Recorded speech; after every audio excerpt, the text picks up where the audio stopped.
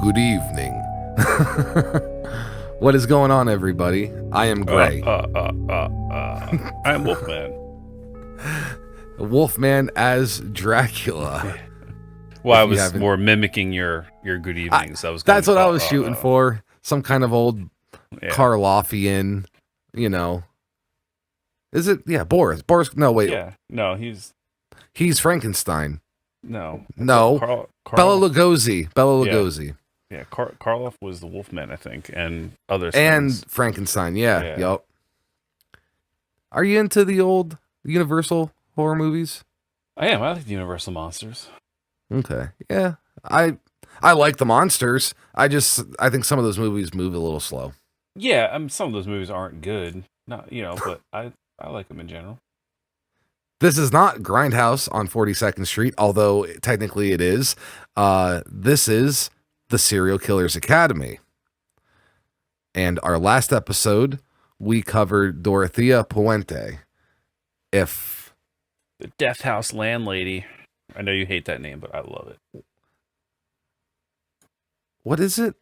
The Death House landlady. Yeah. I just didn't like the term land. I thought Death House was cool. I just didn't like the term landlady. Well, she is a landlady. She is. I know. I don't know. It doesn't roll off the tongue. I like landlord better, I guess. But today's killer. How dare you gentrify her with landlord? Oh, here we go. We're gonna have feminist groups calling in. She's the landlady. Today's killer has a little bit cooler nickname. A few. The one that I saw was Internet SlaveMaster. Yeah, it's pretty much the one I always keep seeing. If there's other ones, I don't. Well, they like the Master. Yeah, but that the Master was his internet handle, right? Yeah, but they did say, pretty much every article I've read said he is considered the first internet serial killer. Yep. Isn't that amazing? That's why I picked him. That's why I decided to go with this one, because I thought it was kind of fitting as our second episode to do, one of the first, if not the first, internet serial killer. Well, if we think about the last, because Wolfman's a little bit older than me, but more importantly, he's much better with computers. And it's funny because the other night we were having a conversation about how hot shit someone was when they had a T1 line, and the speeds of a T1 line 20 years ago don't even compare to your basic 4G LTE, what you have now. I think 3G was actually fast. Well, I don't know about that. But it is. Is it? Yeah. Yeah, a lot faster. It's fucking. Yeah, those were shit. Before we talk about today's person, can you give just a brief introduction? I know I'm springing this on you. I should have asked you earlier. Can you give a brief introduction on how the internet kind of came about? What do you mean? What were the first practical uses? Because not every household just had internet all of a sudden. Well, the first practical uses, apparently internet goes back to, I think, the 50s or 60s ish for the military. They had this little. As far as I could be wrong on the dates, but they used it as an internal network for them to communicate. Okay. With stuff, with those, crazy computers that are the size of your house, basically. Yeah. Which your phone is basically, a million times more powerful. Just think about how much technology passed by. But yeah, that's how it originally started. And somehow in the 80s, it became, I guess, the way technology passed through. I would say the first, as computers got smaller. Yeah, it got smaller. Technology got better. I would say the late 80s, it was more of a business thing, maybe. Yeah, and then, I can see that. I don't, I think maybe high end, stock market, stuff like that. And then I want to say the early 90s, 95. I would say earlier than that, but okay. I would say 92, 93 is when AOL, I think, really kicked in with households. Not everyone. Okay. I technically didn't have internet in my house until probably 95, 96, but I remember one of my best friends had internet at like 92-ish. Wow. Okay. Yeah, Because the so it was first like time, AOL dial-up. Yeah, so I want to say like yeah, 1990, like 91 probably was like one they started moving it into the household areas, and like the late 80s it was probably like a business thing. right. Well, I don't know the exact. Yeah, once they were able to go through phone lines, it was pretty much any house that had a phone line could now get internet. yeah, because it went through the phone company basically. Yeah, yeah. And then I think it's odd because I remember I didn't Dial-up. get internet in my household until I think 99 or 2000, but all my friends at that point pretty much had the internet. My mom was always saying you're going to meet weirdos online, and we had a computer, but we just didn't have the internet. But I'd go to friends' houses and they would mostly have internet. Some of them even had like cable internet, like, or satellite or whatever. It was like real fast, I thought. But I remember 98 being the first time I went into an AOL chat room, like AIM Instant Messenger. And I thought, like, man, we are living in the future. You know what I mean? Like, I could type something and someone reads it and they type back. Like, whoa, what? The scary thing is I think some people technically still use stuff like that. But now we have like apps like Discord and stuff that kind of replace that. To a certain Chat extent. rooms? Yeah, yeah. Oh, there's still chat rooms out there. Yeah, I know. That's what I'm saying. Like some people still use that stuff. They like Yahoo and AOL chat. Like Yeah. but you don't. It's not like the days of the instant messenger is like kind of gone though. Remember there was like all like you had like Yep. MSN was like the Microsoft one. You had AIM, and then you had Yahoo, and you have like I had Yahoo screen name for and all of them. AIM. Do you remember any of your old screen names? Yeah, but I ain't giving it out. All right, listen. I There's remember probably an embarrassing website somewhere because like you used to be able to make like little websites. Oh, really? For like like AOL, you can make like a little personal website, and it was like they're like we're talking like the really bad cheesy HTML type sites. Yeah, Whatever. yeah. You like little profiles, and I remember one. Yahoo had them also, but they were a little different. Yeah, I remember my Yahoo one was Flip Skater 68. And I remember my AOL one was Blind Skater 68 because I had two different skateboards, and obviously, I had to let everyone know that I had two different skateboards, and that was, But I remember some of my friends like Lonely Wolf Mike. Some artsy stuff and things like that. But chat rooms became notorious for a lot of these parents. Like, it seems like the older generation, whenever something comes around that they don't understand, it's automatically connected to something evil. It happened with heavy metal music, it happened with video games, it happened with cinema, and of course when internet started blowing up, it happened with the internet. Pretty much. But I think the pros outweighed the cons because like everyone was seeing how important the internet could be, where nobody ever saw that with video games. You know what I mean? Like parents I were like, actually "Well, know someone that got busted and is probably on a sex offender list right now for stupid shit." Really? Yeah. Yeah, so this one kid we played hockey with back in the day would always send pictures of his dick to people with a little sombrero on it. Just as a fucking joke. And apparently he was messaging someone that was underage? Yeah, but she wasn't. You know what I mean? And he was doing it for a little while. And he sent her the picture randomly one day, and he got fucking raided because it was an undercover trying to, set him up. He sent a picture of his dick to him. Shit. Yeah, we used in code used to call her the freshman. We're like, oh, did you talk to your freshman today? Because we used to make fun of him and be like, dude, you're such a scumbag. Like, you know what I mean? Yeah. And then, damn, it was just after I moved away and I heard about it happened. Yeah, he got raided, and well, he deserved it. He was a piece of shit. Yep, serves him right. The gentleman that we are talking about today is John Edward Robinson, Sr. Not John Edward, the televangelist who left his cancer-stricken wife for a prostitute. We'll get to him one day.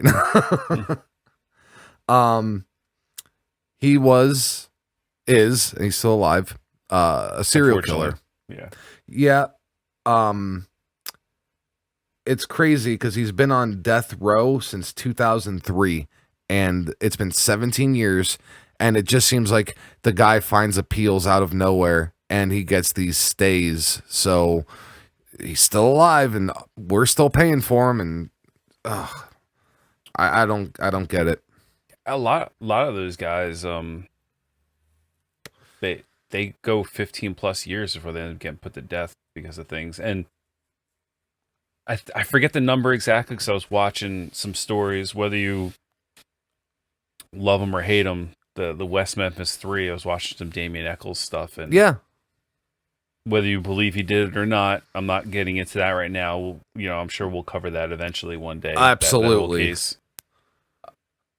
He said there's like 115 or so people have been let off death row after 15 years of being there because they finally were able to test DNA evidence and they ended up being innocent. So it is good sometimes that it takes so long for them to actually kill some of these people, but obviously, but that's for older cases though.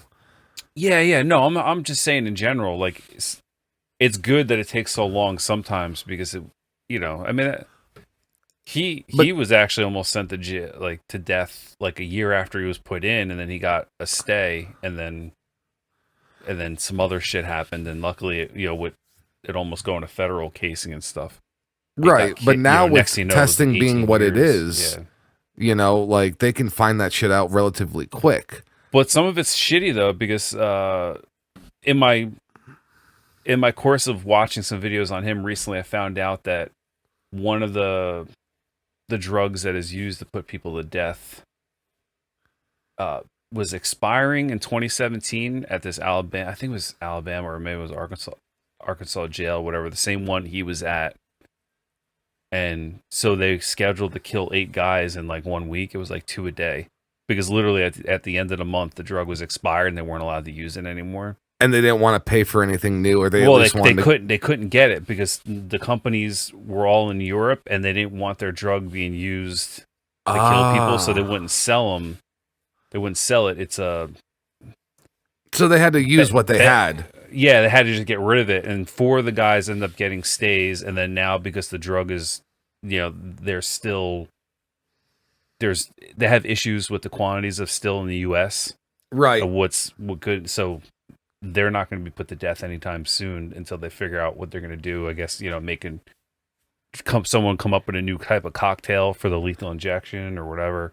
But so a lot of these places aren't. Anyway, when we get to my point is the one guy that actually did get put to death, he kept trying to appeal for DNA. Now, this guy was a scumbag. Don't get me wrong. He deserved to be in jail when you read about him and whatnot, but he might not have actually killed the person because there's blood evidence and a hair that they could be testing, and they kept denying him for it, and they end up putting him to death. And no one will know for sure.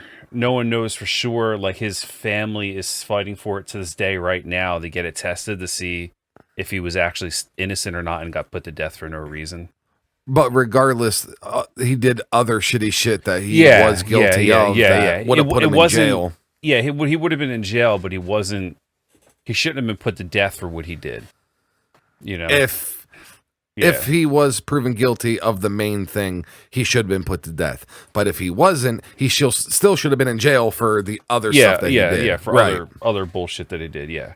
Well, there is a company in Australia that does assisted suicide, and they show up to your house and they have this kit, and it's like this metal gas tank, and I think it's like $300 altogether, but it's this metal gas tank and it has carbon monoxide in it, and it's like a strap that you put over, like a bag or something, like you put over your head, and you turn it on and you sit there and take a nap and then you die.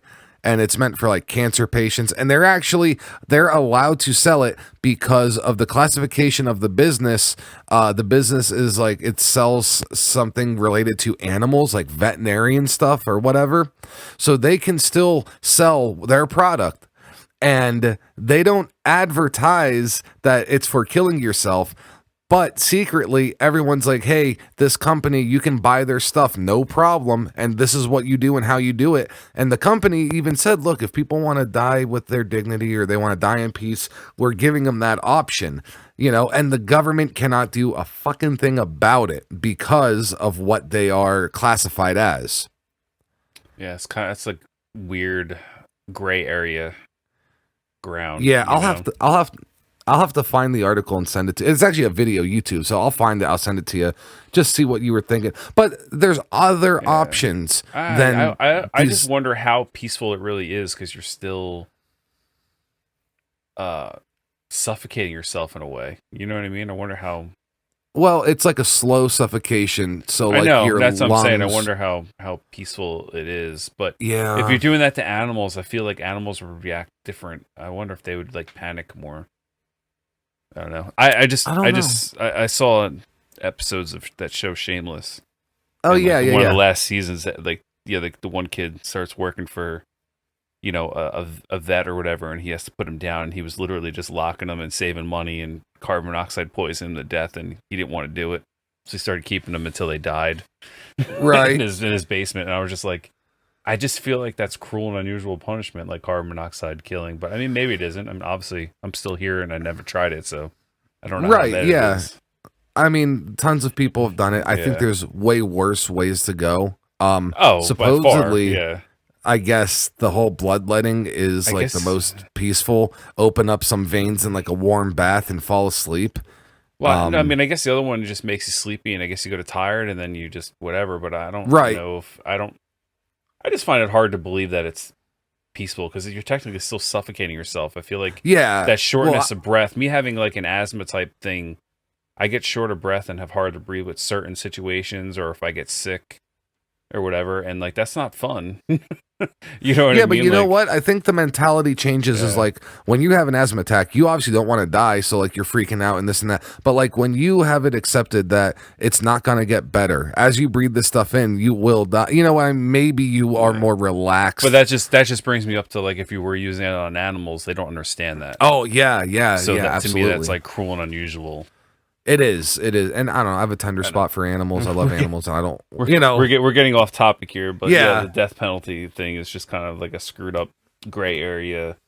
It is, and that's why a lot of states System. have gotten rid of it. Yeah, I mean, I think if you commit certain crimes, you should be put to death. But that's Absolutely. a whole nother story. A lot of people don't believe that. Well, Some people think we're just as guilty for doing that, but to a certain extent, though, I think certain people are tortured more by being alive, and I sound kind of sadistic for that, but I'd actually rather them be tortured somewhat. But some people have no conscience and have no feelings, so it doesn't bother them. You know what I mean? So those are the type of people that I feel like just need to be solitary confinement.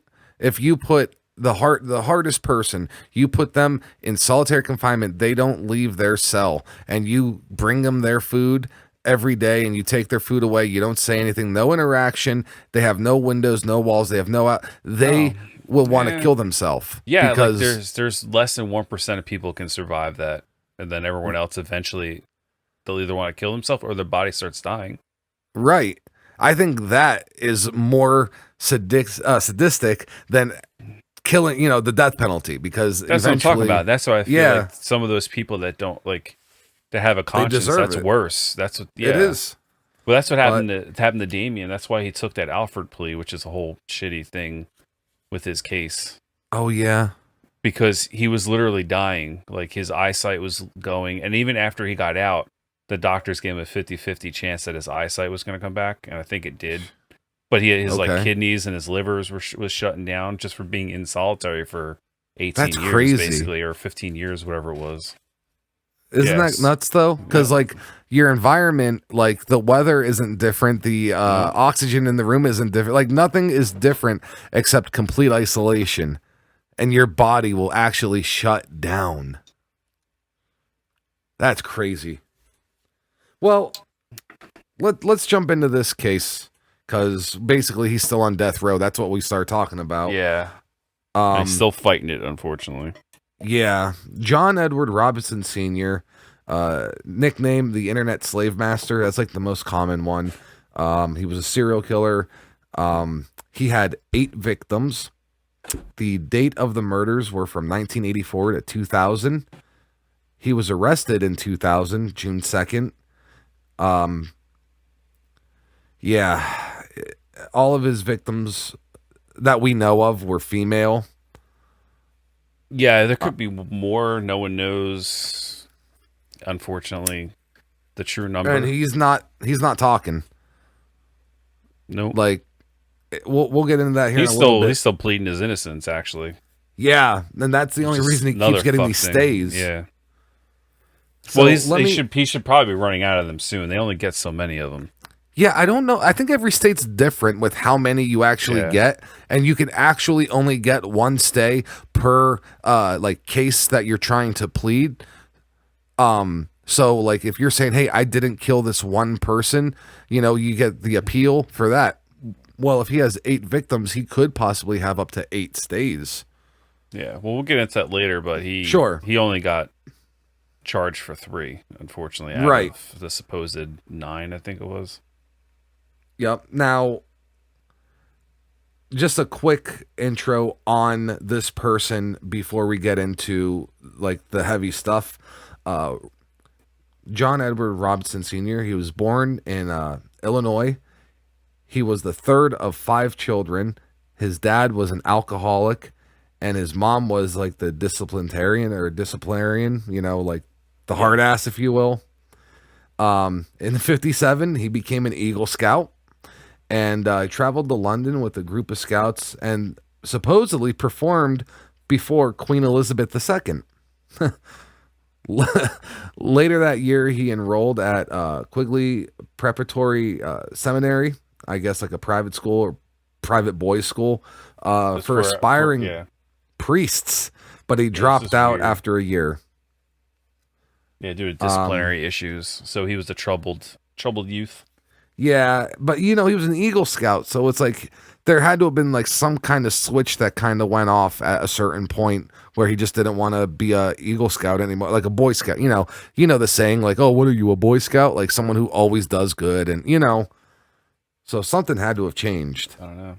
I think they're just training killers in the waiting. Bro, yeah, I mean that, and like the military institutes, like VMI and stuff like that. In 61, he enrolled at Morton Junior College, medical x-ray technician, but he dropped out after 2 years. In 64, it was Kansas in City. The college. Yeah, Cicero, Illinois. I didn't know if it was I looked at it earlier and I was like, is it Cicero? And like I did a Google pretty sure thing. It's Cicero because it's I think it's Italian. Yeah, that's what I thought. Yeah. But then I saw Illinois and I'm like, oh, I don't know. No, I mean like it's named after an Italian city, I think. I think it's right. That's an actual city in Italy. In Italy, right. Yeah. In Italy it's Cicero. That's why I wasn't sure if it was the same for an Illinois town. Yeah. He moved to Kansas City in 64, married Nancy Jo Lynch. They had their first kid, John Jr. in 65, and then they had twins in 71, Christopher and Christine. So that's basically his early life. You kind of see like he started out kind of good, and then I guess at some point it was just, maybe he didn't like authority, or I don't know. It's hard to say. Well, it's weird because he keeps going to these schools and then dropping out, which he ends up getting jobs later, which we're going to get into actually very shortly. Yeah. Doing what he went to school for, but he was a major fraud type. I'm like a master con artist. Yeah, it was a master con artist. He kept like making fake documentation that he passed like all these like certifications and graduated all these different schools, and he would land these jobs, kind of serious jobs. It was kind of crazy. But maybe it was a little easier before internet background checks and stuff. Oh yeah, because this is like in the 60s, like late 60s, early into the 70s, and then the 80s. Things were way different then. Yeah. Now he did have a criminal career before any of the super heavy stuff happened, and it actually kind of gave him an alibi. Not an alibi. I don't want to say that. I think because of these earlier crimes in his life, cops looked at him a certain way. Yeah, they just saw him as a 2-bit con artist, basically. And that maybe he wasn't even capable of these crimes. Yeah, because he was arrested in '69 for embezzling $33,000 from a medical practice of Dr. Wallace Graham, where he secured a job as an X-ray tech using forged credentials. Which basically we just talked about how he went to school to be an X-ray tech, so he knew a little bit. He knew the lingo. He dropped out. He dropped out after 2 years, so he was in there for 2 years. So he had a little bit. And then honestly, that's probably something you would learn a lot on the job anyway. Yeah, I'm trying to think, like, as long as I mean, he basics, probably knew enough to get in there. Yeah, that's what I'm saying. He knew the basics, and then as he's there, he could have picked up, because he seems like a smart guy. You know what I mean? Like, he seems like he can learn on. Yeah, he seems like he's he's almost too smart for his own good. Yeah, learn on the fly, so to speak. And he can think on his feet. Mm-hmm. That's what I mean. Yeah, he can learn on the fly, think on his feet. Yeah, that's done in the wrong way. That is a scary individual. Yeah. So in 70 and 71, he violated probation by moving back to Chicago without permission, got an insurance salesman job at R.B. Jones Company, and in 71 he was arrested once again for embezzling firm funds and ordered back to Kansas City, where his probation was extended.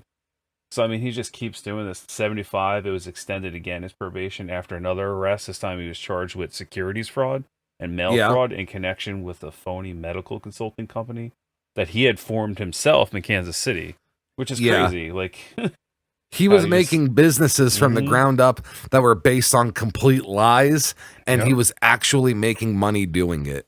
So that's why cops thought, like, he's just a con artist, because he's a damn good con artist. I mean, obviously not damn good because he got caught. Yeah, but like, well, he was at first. He had to be good to a certain extent.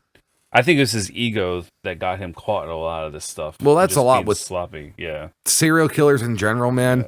Yeah. They're too big for their britches. But even here, it goes on with his life, that he cultivated and maintained an outward appearance as a community-minded citizen and a family man. He became a scoutmaster, a baseball coach, and a Sunday school teacher. Yep.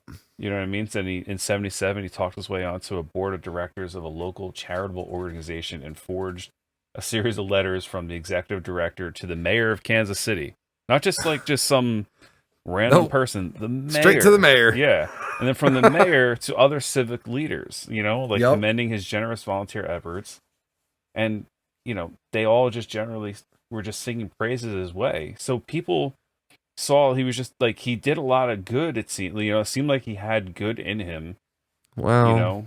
No, I'm saying, like, you don't just become a scoutmaster or baseball coach. It's not like he's molesting kids. Like, he's doing good things, So people see that, and then you're like, he's only a fraud, and you know what I mean? They just kind of looked him over. Yeah, but can I just say something quick, though? Yeah, go ahead, yeah. John Wayne Gacy was on the Chamber of Commerce for the town that he lived in. He owned a local KFC restaurant, and he dressed up as a clown and did kids' birthday parties. That guy was in the newspaper every week when a new business opened or this or that. Yeah. The community saw him, and he had, prior to that, he had a record for, like, he had sodomy charges and stuff like that. So even they have this past, it seems like back in like the 60s and 70s, it's like you could reinvent yourself in a matter of a year or two. You can hide your past. There's no Twitter. There's no Facebook. There's no one calling you out. There's no call-out culture. They can hide this stuff and people not necessarily know about it until they start getting down and dirty and investigating your past and interviewing people. Like back then, there was public records, but you actually had to go and find them. Mm-hmm. Not today with a few couple keystrokes and this and that. Like, you actually had to go to, like, town hall and ask for records to be pulled. You'd have to go to the police stations, look for, like, all that stuff. And a lot of people they didn't take the time to do it. They would go from word of mouth, Today it gets a little ridiculous. It's not. Today, it's tough today. I mean, then it was too lax. Now it's too much. We got to find that nice happy medium. Because you can't even have a conversation with someone without them trying to call you out on stuff, and just even if you're not meaning it, you give someone a compliment or like you agree with someone and they're like, what do you mean? I'm like, I know, I'm agreeing with you, but they just automatically think you're bad. You know what I mean? Bashing them because of the way people are these days is kind of ridiculous. That's Well, all. and I think some of that has to go with like someone's tone and personality. But the other thing is, and like you said, people are so fast to react. But it's not that- even tone and personality because it's all on the internet. A lot of this, it's all typing. Right. You can't Right, and tell that's a the tone thing. or- Like in the 90s, I think might have been that comfortable medium where a job can do a background search because they pay for the background search and they get the information. But general public, they would actually have to work pretty hard to get that information. And I think that might have been the comfortable medium where our business isn't out for everybody. But if somebody really wanted it, it would be there. Yeah, I would say like the late 80s, early 90s, because and after like 95, the internet's Yeah. really, Oh, like, after booming. 95, it was. It Yeah. started to boom. So that there were sites you could just pay a little money and people do the dirt for you. It's just easier then. Now, towards the end of the 70s, Robinson finally completed probation. So after that, he was pretty much free. But in 1980, he was under arrest again on multiple charges, including embezzlement, check Surprise, forgery. surprise. Yeah, I mean, like, the guy's a con artist. Come on. He served 60 days in jail in 1982. So 2 years after he was arrested, he served 2 months in jail. Wow. He formed a hydroponics business that swindled a friend out of $25,000. That's 1982 money. So, Yeah, he basically Ponzi schemed them in a way, it seems. Yeah. yeah. Like, oh, I promise you a huge investment back. You just give me this money so I can start this business, and boop. Yeah, for your in money. return, he said he would Yeah. pay for his dying wife's health care. Mm-hmm. Ugh. Dude, like, that's just scummy. a scumbag. Fucking That move. is. So scummy. But at that time, reportedly, he began sexually propositioning many of his neighbors' wives, triggering a fist fight with one of them, and became its. Oh, sorry, I skipped something. Yeah, fist fight with one of the husbands, but then he also joined a secret They sadomasochism claim cult. to. Yeah. Well, Who knows how true called this is? the International Council of Masters, and he became its slave master, whose duties included luring victims and gatherings to be tortured and raped by cult members. I don't know the validity of that last part. Wait, you're not but a it card seemed- carrying member? Shit, did I say it out loud? No. Listen, all I have is this AARP card. I don't even know how I got it, okay? So Rob, I want you. I mean Gray. Sorry. Yeah. Oops. It's good. They know. I want to invite you to this party that we're having. No. Do I put my car keys in a basket when I get there? Yeah, your Supposedly car keys, those your are- phone, and your wallet. Can't do all that. Just the keys. Put it in the basket, and I want you to go in this room. Okay. Yeah. Put the lotion in the basket. Put your car keys, your phone, your wallet, and the lotion in the basket. So basically, in hindsight, shit was going downhill pretty much from the 70s. It might have looked good on the outside, like the outside appearance. But it seemed like every so many years, like this guy was getting caught up in something. Oh, constantly. Yeah, he's just in and out of jail. And honestly, it seemed like he had to really make his own businesses because it seemed like he was such. I don't know. Some people might have been able to see through him. Maybe that's why he was making his own businesses. It seemed like he wasn't working for other people. Well, I think he also had a problem with authority. Yeah. Could And be why maybe- he kept getting kicked out of school. Yeah, and then like he couldn't really have a boss because the boss tells you what to do. Mhm. And he probably thought, dude, I'm smart enough. I can do this shit on my own anyway. Which, Well, that plays into his, into his slave master mentality. It probably was more of a real life thing than just a bedroom thing with him. yeah, You know? absolutely. That's so weird. Usually, it's like most people are very. Well, I guess you have two types. You have like the very timid pushover type people that can be trying to like very dominant in the bedroom, or you have people that are like so dominant normally. They're submissives, but I mean, there's other variations to it, but those are like the two common. Yeah, yeah. So it's weird that he's so dominant in real life, that he's still dominant in the bedroom. I guess it's not weird, but it's uncommon. It's if he was But in the percentage, he's in a small percentage. He's in the like unhealthy percentage of it. Right. You know what I mean? That's what I'm saying. Seemed, like, yeah, very small. yeah. I bet you he had a small wiener. I'm just saying. I bet you that is where a lot of this stemmed from. I bet you he had no wiener. No. Hey, come on! I didn't say no wiener. It just didn't work. He's like a Ken doll, just flat. It just didn't work. It just hung there flaccid. G.I. John Robinson. So it seems like after that, pretty much like early to mid 80s is when things actually started getting shitty. Yeah, I mean, that's when it seems his murdering, according to, facts and trials and stuff, it seemed to have started in 84. Yeah. Now, who did it start with? Who was number one? Well, number one was Paula Godfrey. She was 19. She was hired by Robinson as a sales representative. And she was disappeared by, supposedly she was sent out of town for training. And just see ya. Yeah. And like, it's weird because it seemed like, not just with her, but like, we'll talk about it when we get there, but they had to like tell their parents, because they were young girls. A lot of them still had communication with their parents, and it seems like they had to tell them, hey, I found a job, but I'm going to be traveling and I won't be able to contact you for a while. Yeah, so after not hearing from her for a while, her parents filed a missing person report. The police questioned Robinson, who denied knowledge of her whereabouts.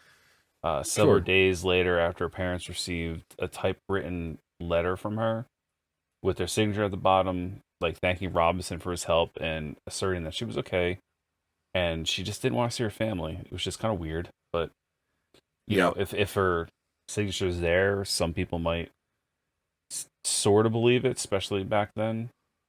Stuff like this wasn't the norm, you know what I mean?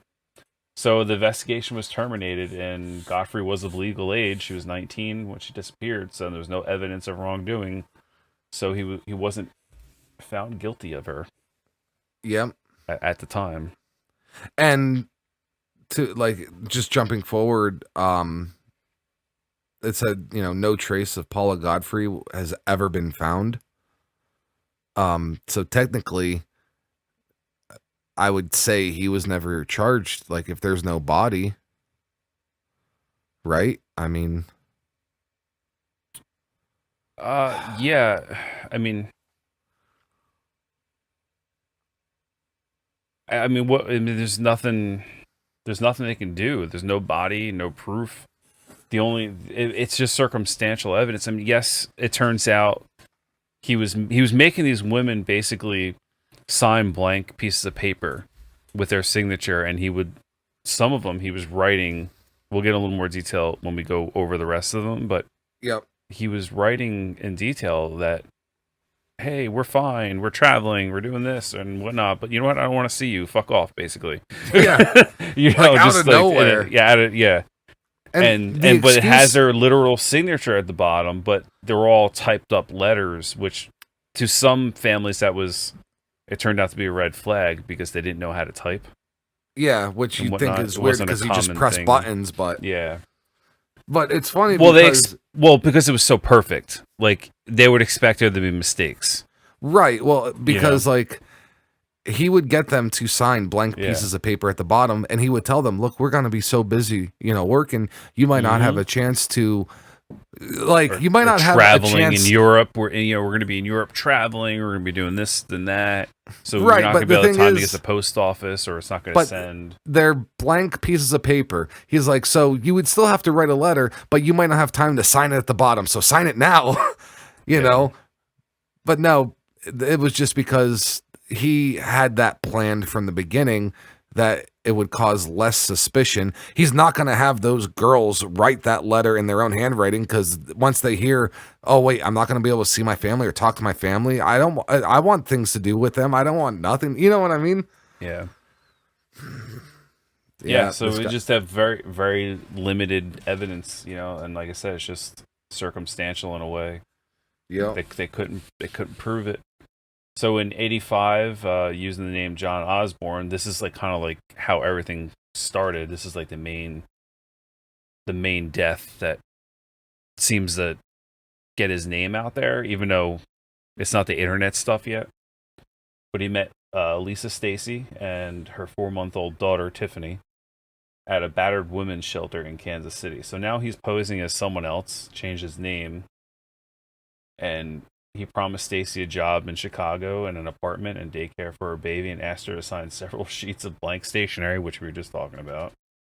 And a few days later, Robinson contacted his brother and sister-in-law, who had been unable to adopt the baby through traditional channels, and they informed them that they knew the baby whose mother had committed suicide, which is messed up. So now he's telling his brother that this mother committed suicide and he has this baby, so he charged them $5,000.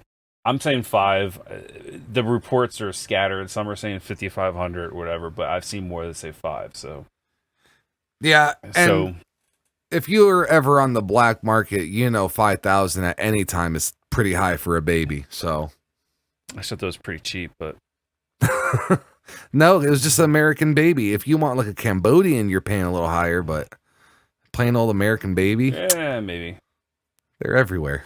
We're in America. Yeah, I'll have to tell my secret cult that we're paying too much. My dealer, we're paying too much. No.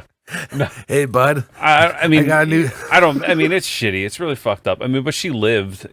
That's part of the story later. So I mean, but everything's funny. We're allowed to make jokes. This is how we deal with this stuff. Well, not only that, so enough if you're time offended, has passed. Honest to God, enough time has passed that we can make these small little lighthearted jokes. Obviously, we don't wish any ill will or bad intent on any of these people. You know what I mean?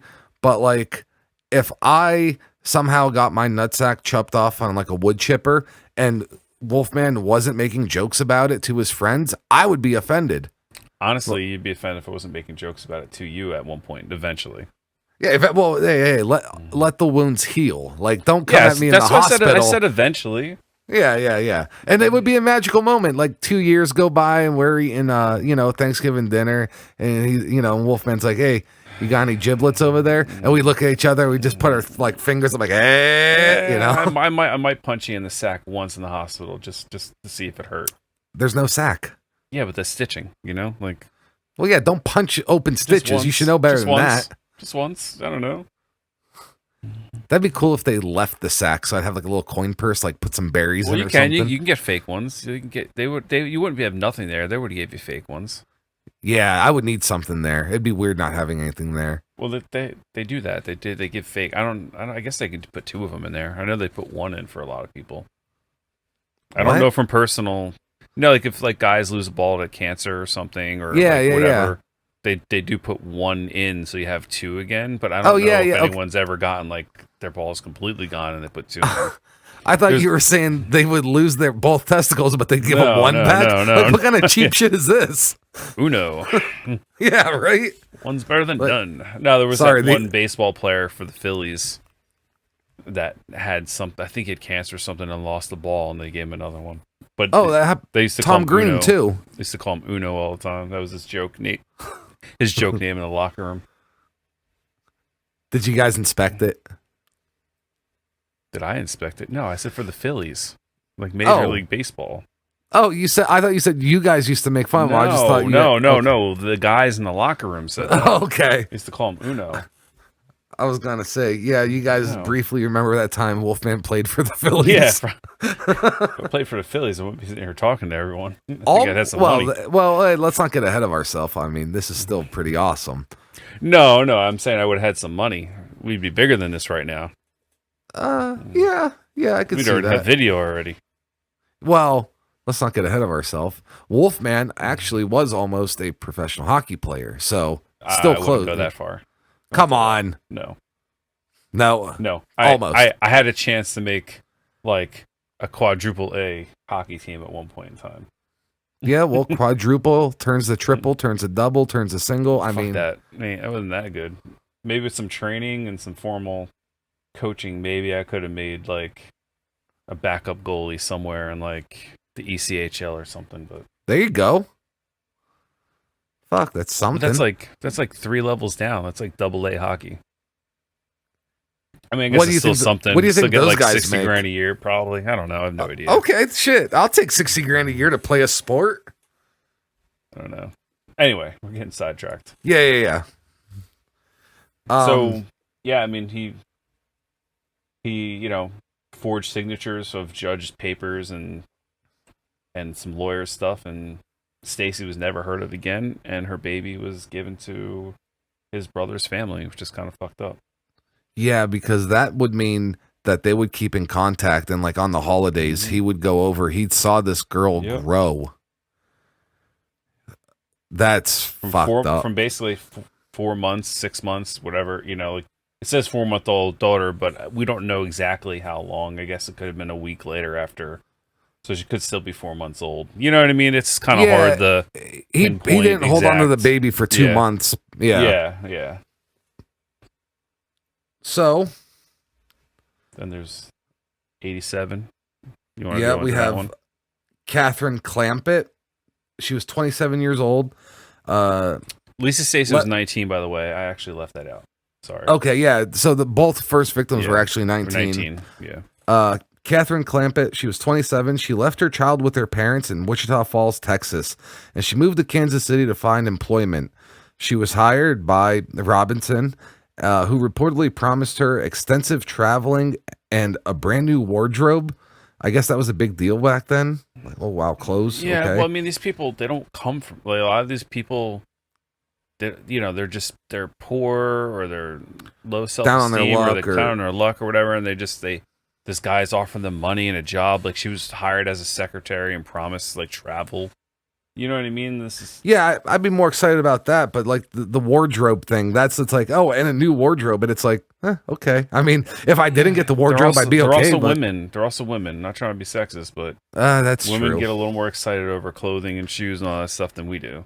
Like if he was like, look, you'll have extensive travel. I'm like, yeah. He's like, and I got this old box of porn. I'm like, you son of a bitch, I'm in. You know? He'd be like, I got these sweet toys you can play with, and video games and weapons. Ninja stars. Right, Ninja stars, let's go. She vanished. And some new camo shorts and some band t-shirts. I'm in. Nobody's gotten laid in camo shorts since Vietnam. Hey, I've been wearing camo shorts since I was 16, man. Got many endeavors wearing camo shorts, so fuck off. Sorry I wasn't as cool as you wearing super baggy UFO gayness. That was like a year of my life. A year of my life. He still wears them. He still wears them, ladies and gentlemen. He just doesn't go out in public with that, supposedly. 1 year of my life, I was a juggalo, and 1 year of my life, I wore Jenkos. I actually like my Jenkos. She vanished in June of that year. The missing person case remains open to this day. Yep, it's another one he got away with, but because of the notes and all other stuff, it all points to that he did it. Yeah. And no body is found, unfortunately. So then, it's like they kind of put all this other stuff together from 87 to 93. Oh no, from 87 to 93. Yeah. This is when he goes to jail again, and then no one ever looked back at any of this stuff because he got jail for this. Right. None of these bodies were found. Yeah. Yeah. All right. So, first in Kansas, 87 to 91, multiple fraud charges. Fucking shocker. Mm-hmm. And thereafter in Missouri for another fraud conviction. Jesus Christ. How does this guy keep getting out? There's Kansas City, Missouri, and there's Kansas City, Kansas. And they're Kansas, literally right. On the border of each other, So yeah. So he's operating in both states. Yeah. Picking up charges in 2 different states. Yeah. And he had also parole violations. So you would think on parole you try to, not do that shit. This is like one of the more messed up ones, actually, I think. Yeah. At Western Missouri Correctional Facility, he met and integrated himself with a 49-year-old Beverly Bonner. Not Boner. Bonner. She was the prison librarian of all people. Yeah, not even like a correct, like not even a guard, you know, like she was the librarian, who once he got released, she left her husband and moved to Kansas to work for him. After Robinson, I think they were already divorced because some of the stuff when I did my research said he found out about her alimony check she was getting, so that would mean she was already divorced from him, so she didn't leave her husband for him. She could have left her husband and started receiving alimony, and then he was like, oh, well, she's going to get alimony if she gets divorced, you know? Yeah, but I'm just saying from the other stuff. It seems like she was already divorced. Yeah, right, that's what I thought. Yeah, that's what, there was more stuff saying she was already divorced. But Robinson arranged for her alimony checks to be forwarded to a Kansas post office box. Her family never heard from her again. Several years after, Bonner's mother continued forwarding her checks, and Robinson continued cashing them. You fucking prick. Yeah, he cashed them for 7 years. Like, some dude out there was paying for what he thought was his wife's alimony, and she was dead. Already fucked up. She was dead the whole time, and this dude just cashing her checks and living off them. Like, could you imagine? It was the guy she left you for is out there spending your money. Yo, dude, he's lucky to be in jail because I would have fucking killed him. I mean, that guy. I wonder if he even somehow can get any of that money back. I don't know. He should. Yeah, but how? You know what? Think about it. What's Robinson gonna do? Give him 25 cents a month? Yeah, no. I mean, he had all those businesses. He might have been worth something. You know what I mean? That's. But then that robs his family, though. At the same time, though. I mean, his family still has to survive because he was still technically married. They were left in the dark. Yeah, so they weren't really deserving of any of the shit that they got tied up in with the, Yeah, they had no idea any of this stuff was going on. So what do we have next after the librarian? So this is where, he had that whole messed up situation where he met the librarian. You think she'd be smart enough not to fall for an inmate in jail, but that shit happens all the time, apparently. All the fucking time. All the time. It's common. So this is where he, so now we're in, he's out of jail so it's 93 to 95-ish. Yeah. He discovers the internet. Basically. And because you got to figure he's in jail from 87 to 93. When he got out and he sees this internet thing, something must have just clicked with him. You know what I mean? Like, he's like, oh my God, this is amazing. I could just go on here and talk to people and just lure them. So this is where he started luring people off the internet.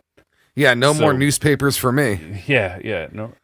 No more going to women's shelters, no more, faking whatever. Like he can he's still gonna fake stuff, but yeah, obviously.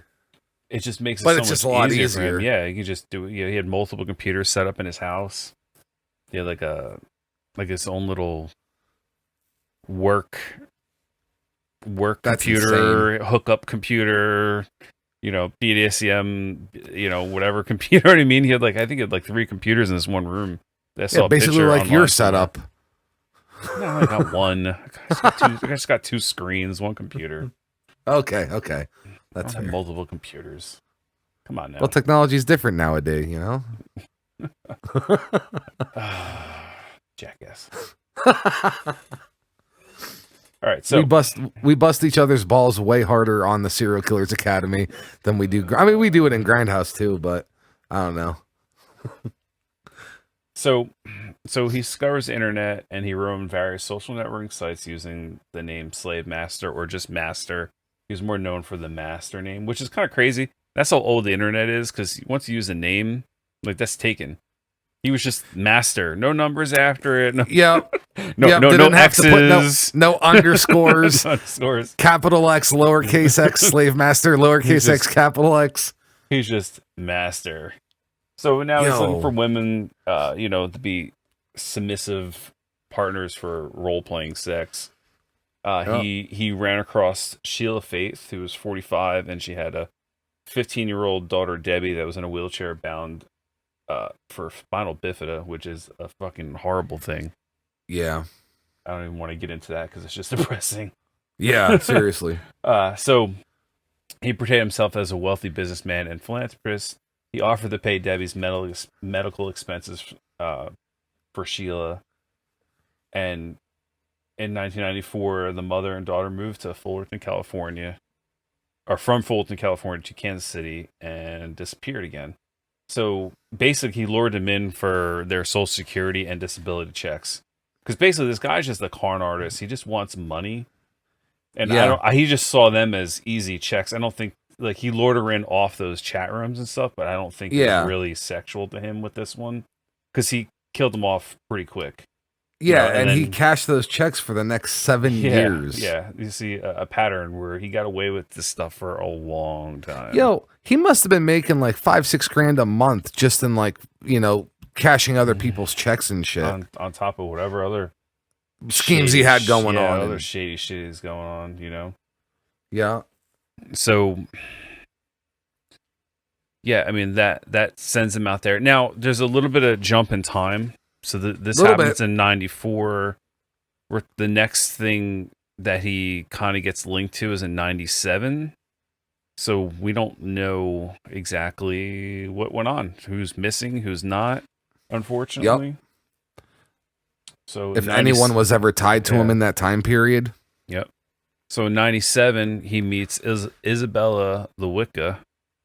She's 21. This is spring of 97. He meets her in the BDSM chat rooms. She's a Polish immigrant. She moved from KC, or she moved to KC, and she signed a sex slave contract. She was given an apartment, which is kind of just messed up that she signed this whole contract. She gave up all her personal belongings to him, everything. But I guess for her, she's a new immigrant, from Poland. This is probably like great for her. She's young. I mean, he ain't no looker either. I mean, I seen just a picture photo of her. I mean, who knows? She could have been gorgeous for all we know. You know what I mean? It's hard to tell. This is 97. She had some looks. Yeah. You don't know, but she's just looking to make a life for herself, and that's what she's got to do at first. I guess, it is what it is. We don't know what she went through. Tons of girls do it. We don't know what she went through, growing up over there. Obviously, it must not have been that good if she's accepting sex slave contracts. Yeah, seriously. And I mean, those contracts are fucking airtight. If you've ever seen or signed one, I mean, they're hard to get out of. How's it hanging? I'm Girly Girl, and I'm here with another episode of Gore's Gallows in the Serial Killers Academy on GrindHaus on 42nd Street. This week on the Serial Killers Academy, Wolfman and Gray discuss John Robinson, a person who killed a woman with an infant and forged adoption documents in order to get a large lump of money. I mean, Mr. Robinson did do more than that. However, this is the part that struck my mind. I watched a movie not long ago about baby farming and wanted to research it a little more, which brought me to Amelia Dyer. In 1800s Victoria, England, unwed mothers could pay midwives and more well-off people to take care of their babies in exchange for money. Most of the time, the baby farmers would place the babies in new homes and loving care. Sometimes they would return the babies to their mothers once they were more financially stable. Unless you're Amelia Dyer, who brutally murdered infants and used their deaths for financial gain. Amelia Dyer, the Reading baby farmer, was the most prolific baby farmer murderer of Victorian England. I bet you're dying to hear about Dyer's background. Born in 1839 in a large family outside of Bristol, Amelia was very well educated and a natural caretaker. Into adulthood, she cared for her mother, who became deathly ill and suffered from mental illness. Since Amelia cared for her mom so much, she sadly lost contact with her siblings. She married an older gentleman, and they had one child before he died. Both spouses actually lied on their marriage license about their age, so there wasn't such a big gap difference. Anyways, now being a single widowed mother, Amelia needed an income. Being well educated, she went into nurse training under a midwife who taught her about baby farming industry. After some time, the midwife had to leave her job to transfer elsewhere. Amelia took matters into her own hands.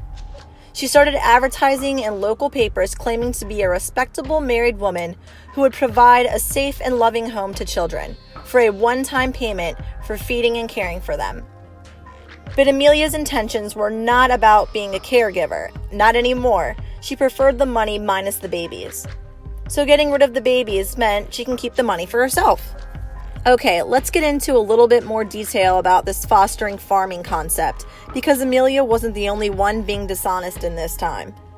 During this era, there had been some cases where other baby farmers had taken some risky chances with trying to calm noisy and demanding babies. There were some easily available alcohol and opiates, such as Mother's Friend, which was a popular Godfrey's cordial medicine. Many children died of malnutrition, starvation, and lack of breast milk, on top of these baby-calming remedies. Coroners had to record the death as debility from birth. Mothers who would want to check in on their children would encounter difficulties and would be too frightened or ashamed to tell police about suspicious wrongdoings. Amelia, like other baby farmers, used these methods in her own business. Originally, she overdosed the babies and would call the coroner to confirm the deaths. She grieved about the passings, acting shocked and sad. In 1879, a doctor became suspicious about the number of deaths that had been reported, wondering if they were really accidental. All right, she got caught, but instead of receiving a murder or manslaughter charge, she was sentenced to 6 months in a labor camp for neglect. She took the slap on the wrist, and once she got released, she had a new thought process. Dyer placed more ads about a safe home and continued to collect payments for watching infants. This old dog had some new tricks, though. If a parent wanted their child back, Amelia would simply give them another baby. Once realizing her mistakes with calling the coroner about the deaths, she disposed the bodies herself. She wrapped the bodies in cloths and would bury them, drop them in rivers, or hide them around town. Dyer kept close watch on authorities, and if she felt they were getting too close to catching her, she would fake a breakdown and check herself into asylums, claiming to have suicidal thoughts. Remember, she was a nurse, and she knew what to do and say to get through to doctors to be released. This lady even overdosed herself, but knew enough to not actually kill herself.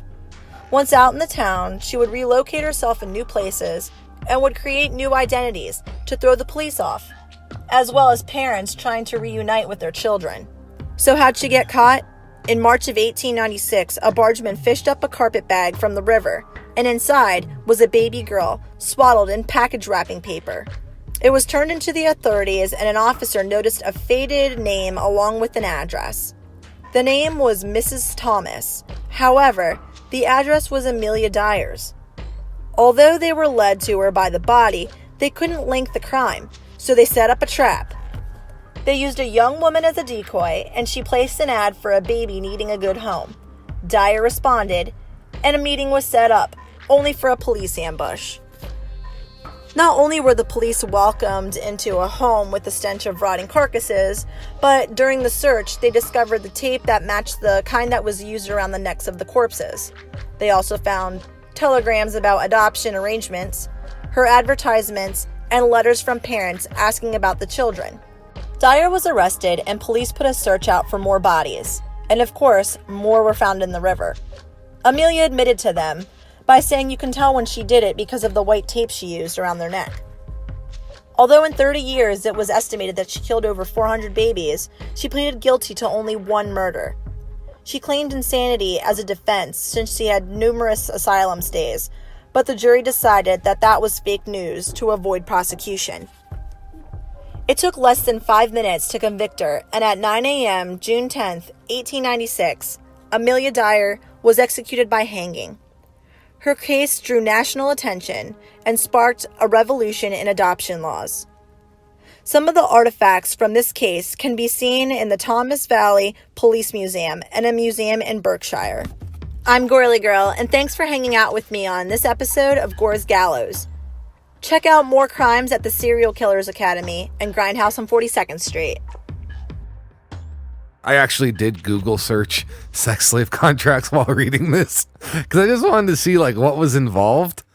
And basically it's just like a disclosure. Like if you were to ever go out and, I mean, this one might have been different, but like Yeah. now, because they still sign them, you know, You when you kind of have, have to, I think. yes, well, here's the thing. So there's the liability issue. So if anyone were to get hurt, it was consensual. So there's no assault or anything like that, unless something was to happen that was against the permission or agreed upon beforehand. Safe They word. Yeah, stuff like that. But what they don't put in most sex slave contracts, which I guess was in this one, anything referring to money, because that is a form of prostitution. Agreeing for money for sexual fit, you know what I mean? Well, I don't think there was anything in there for that, but she was just given an apartment. I don't think that was in the contract. Right. She was lived given there. an apartment as monetary gain Yeah. in return of, you know, these BDSM ravers. I mean, things must have been going pretty good because it wasn't for 2 years until she disappeared. Yeah. So he kept her around. Obviously, she was fulfilling whatever his needs were.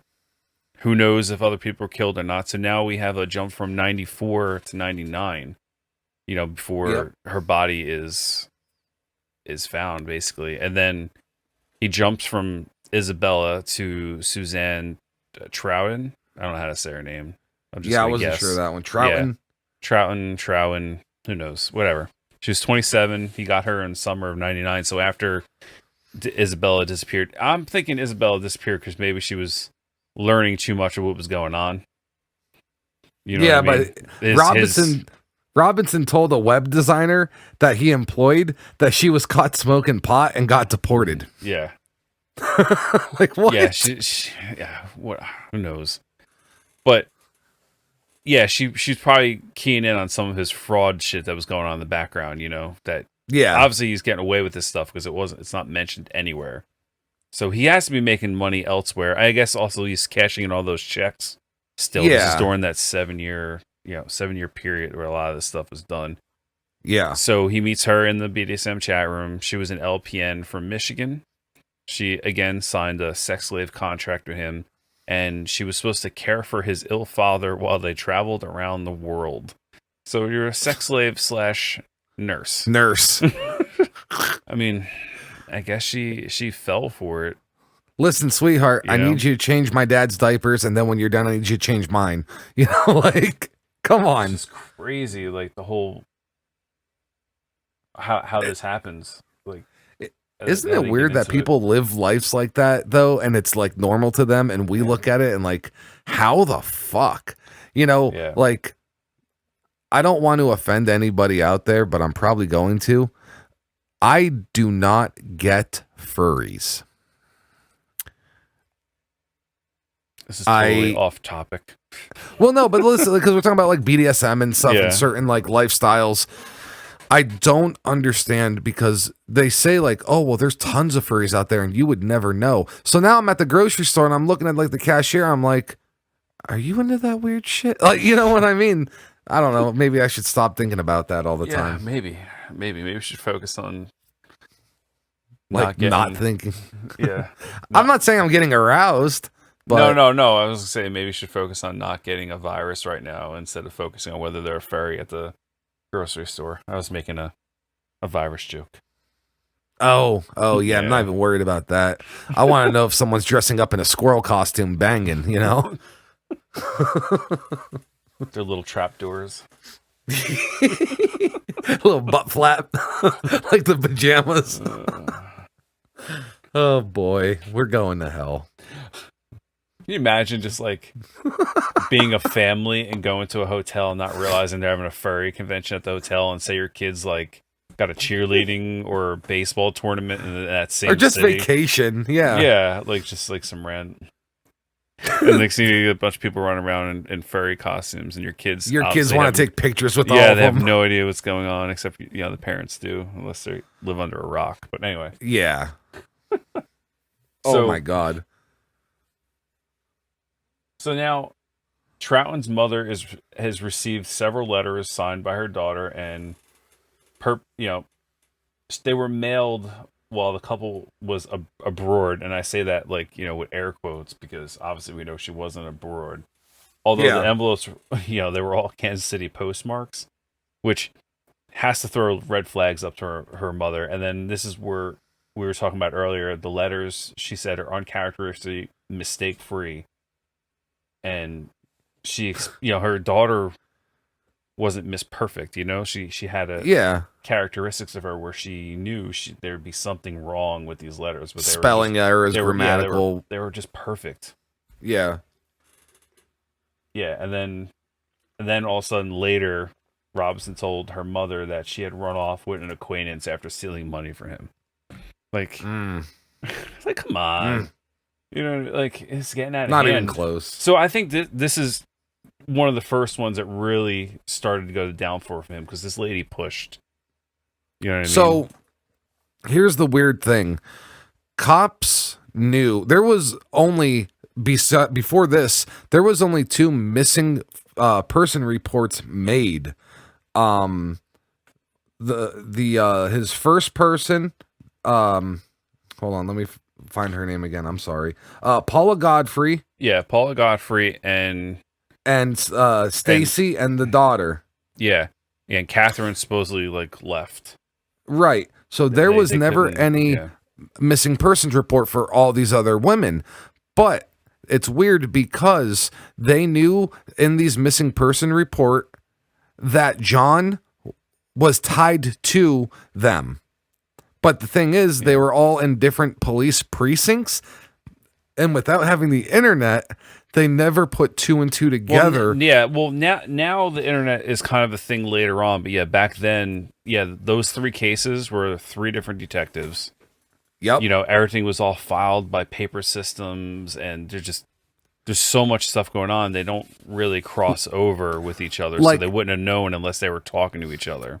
At first, I told Wolfman I thought it was the incompetence of the police, but it's literally they just did not have the technology where 3 detectives were working 3 different cases, all of which were tied to this John Robinson or Orbitson or whatever his name was, but this last one, they did put 2 and 2 together. We got to figure now they have systems where everything's computerized and it'll actually cross-reference certain things in your things and auto connect them and give you an alert like, hey, go talk to this person because they have a case very similar. So now we're in 1999 with Suzanne Troutman. So the internet is pretty standard-ish, especially with law enforcement.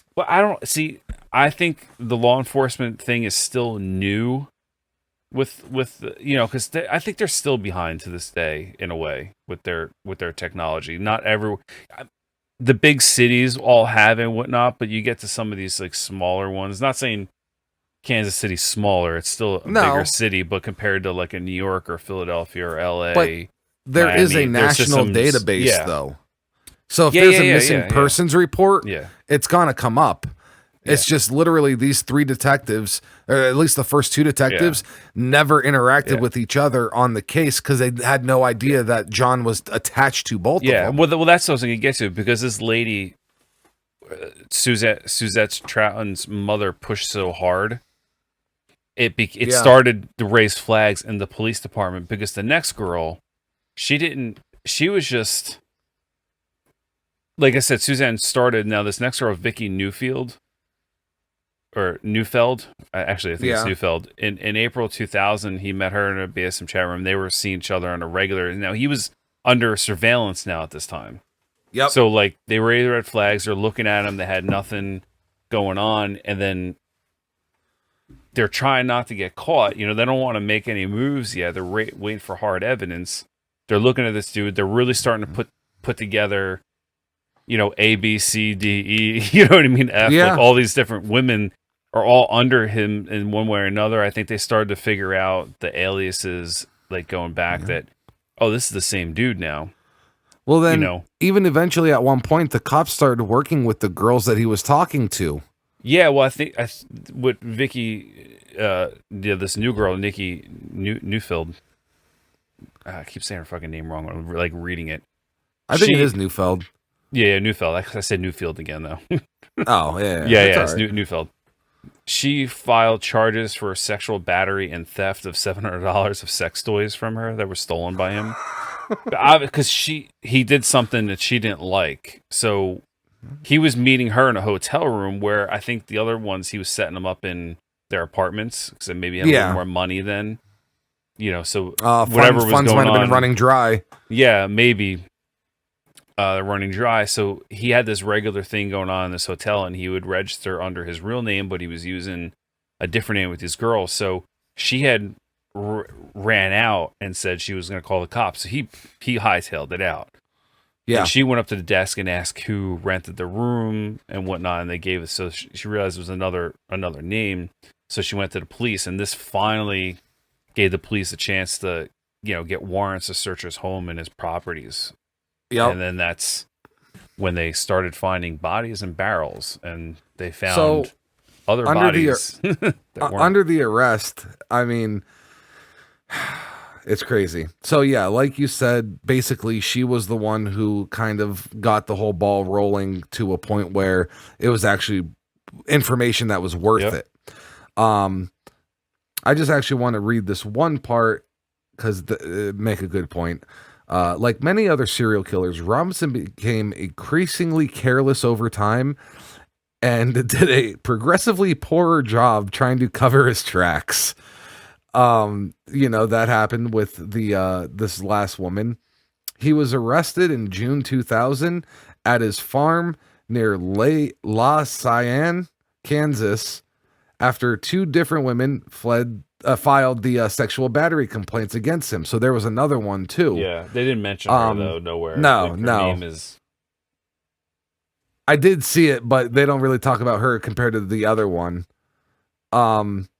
It's funny because he had his house, they had a farm, and then they also had like a lake house. Well, the farm is his parent. It was his parents' farm, right? One, yeah. But he was tied to it all. Yeah. No. I'm just saying it was his parents' farm, but he was overseeing everything. I'm not sure if his parents were dead or not. They didn't say, but right, yeah. It's not like I'm not saying I'm just saying it was like left to him, if that, Right. So a task force went to the different properties that they got the computers and stuff. But while they were at the farm or whatever, they were looking for random stuff, and they saw a bunch of barrels like near a tree line. Yeah, and they actually said, they were like, dude, we should move those barrels and see if there's anything buried underneath there. And as they moved the barrels, they saw like blood come out. Yeah, they were like, oh, so this looks like blood. They're like, oh, maybe we should open these. Yeah, maybe let's not worry about digging under the barrels. Why don't we look inside the barrel? I don't know about you, but if we're investigating, a homicide here and I see barrels, I'm looking in those things. I'm not worried about moving them to look under. That's some stupid police work, if you ask me. That's what I was said. That's why I said I thought it was incompetence at first, but it was a mix between like technology not quite being there and incompetence. If Return of the Living Dead has ever taught me anything, it's stay the fuck away from barrels. Yeah, and there were 80. If someone has like 80-gallon waste barrels in their yard, you might not want to be friends with them. Yeah, not even 50-gallon or 55-gallon, like the big boys. 55-gallon drums are like the standard, like oil and other stuff, like chemicals. You get like mass for production, but these are, just a little tiny bit bigger, 25 gallons more. Yep. So they found bodies of two women later identified as Isabella and Suzette Troughton, and the 85-pound chemical drums. Across the state line in Missouri, other members of the task force found that he had a bunch of storage facilities. Yeah, because they weren't looking for... Like, Suzette was kind of like, the mother raised some flags, but they weren't really looking for her. They weren't looking for Isabella. And I don't think they were looking for the Faith family, the mother and daughter. So those were like a three-person shock when they found them. It's funny because it was the other three, the first three that were the ones that actually had missing file reports. They never found those bodies. They found a whole new set of bodies on people who were never reported missing. That blows my fucking mind. Paula Godfrey, Lisa Stassi, and Catherine Clampett are the ones they were investigating, and then they found three other ones completely different. And then they went to the storage unit and they found 3 more chemical drums. And that's where they found Beverly Bonner and Sheila and Debbie Faith. All 5 women were killed the same way, 1 or 2 blows to the head. Probably like, they said small impact, so probably like the... Yeah, they said they found blood on a ball peen hammer at his house. So that's what they're thinking? Yeah, they think it was the ball peen hammer that he hit him with. Okay. He wasn't sadistic in murdering them. He was just sadistic in his sexual whatever with some of them. But some of them, it was just, I need your money. You're dead, basically. Yeah. So he was arrested. Now, we have conviction. It's actually kind of fucked up because we get in that in a second. But if he got rid of these bodies better, or actually put the proper chemicals in these barrels, because a lot of them sat for at least a year. Others were longer. More. Yeah, no, that's what I'm saying. The minimum, like some of them were sitting for about a year, and then the other ones were there for longer. If you put the proper chemicals in them, and then emptied the barrels or whatever, got rid, like they would have never been found, and he would have got away with all of this because it's all. He would have had a better circumstantial chance. bullshit. Yeah, he would have had a better chance dumping them in the river. Honest to God. Yeah. Because the bodies they found were not of the missing people. So they would have just found these bodies, not known who they were. They would eventually would tracked it back to him a little bit and started looking at him more, but he still might have got away with it. Absolutely. It's crazy. That's weird. Yeah, that blows my mind. So in 2002, he was sentenced to death in Kansas for the murders of Troughton and Lewicka. The immigrant Polish, girl. Polish lady. And life imprisonment for killing Stacy because she had been murdered before Kansas reinstated the death penalty. Robinson could become the first convict executed by lethal injection in the state of Kansas because, that's when they reinstated it. Yeah.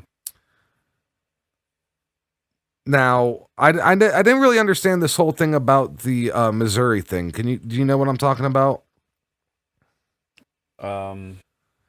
It says Robin simultaneously faced a complex legal dilemma in Missouri where prosecutors were actively pursuing additional murder charges based on the evidence discovered in that state.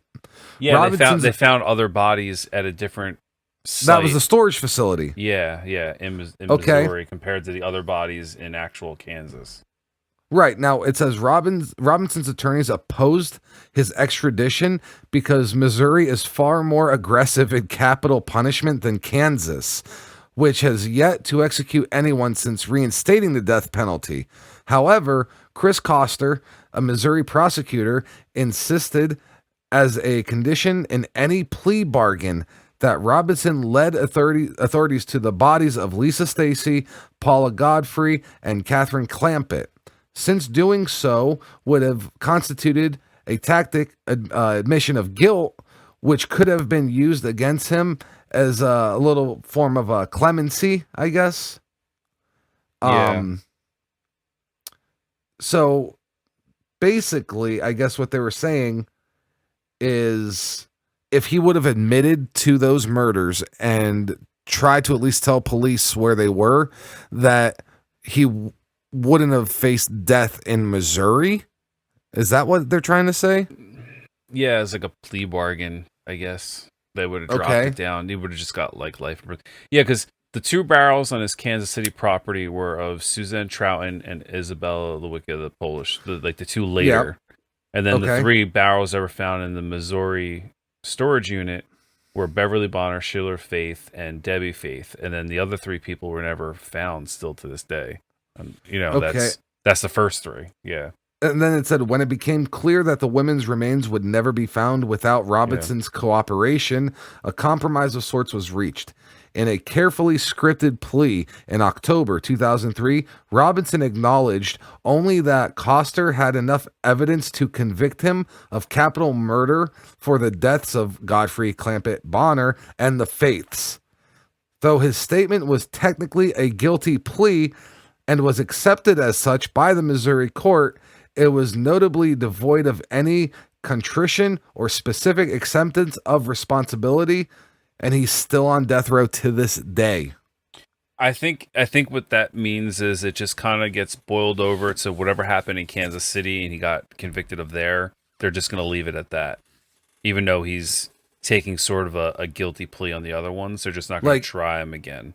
He acknowledged, like, look, the prosecutors, they can fucking fry me. Because he had 6 counts. He's serving for 6 counts in Kansas City. Kansas City, Kansas. He's got 1 count for aggregate. Oh my God. Aggravated kidnapping of Troughton. Yeah. Aggravated kidnapping of Troughton. Intentional premeditated murder of Troughton. Intentional premeditated murder of Lewicka. Theft of Newfeld, whatever, her property.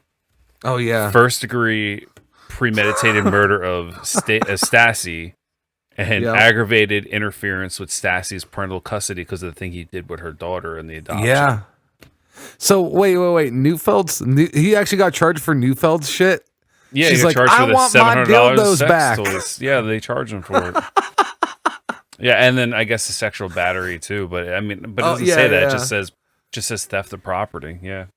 So he's getting tried for murder and abduction and fraud and all this, and this lady still wants her dildos back. Yeah.